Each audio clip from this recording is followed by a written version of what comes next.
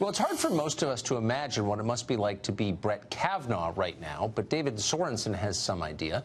He once worked as a White House speechwriter. He was fired after the Washington Post published an article accusing him of domestic violence.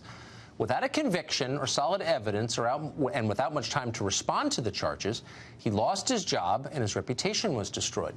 If current trends continue, a lot of people might learn what that's like. David Sorensen joins us tonight to tell us. David, thanks a lot for coming on. Thanks for having me, Tucker.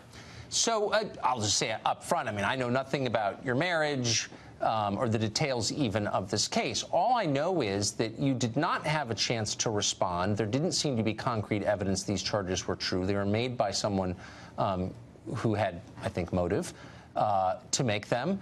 And the consequences you suffered were overwhelming. What was your response to this? Well, I felt a deep and profound frustration. I think that Judge Kavanaugh is feeling that right now, as we speak, probably, that I never thought I'd feel in my life. And the feeling of having your reputation that you've so carefully built over so many years be destroyed in an instant.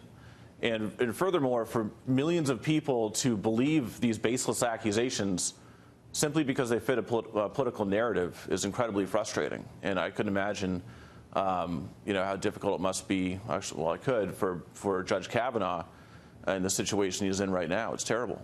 What I find your reputation is something that's... You can't get back. Well, I find so striking, there are lots of crimes committed in this country all the time, and in almost all of them, we wait to hear the evidence, then we weigh it to decide what we think of it. But in this one specific category of alleged crime, we weight it dramatically to one side.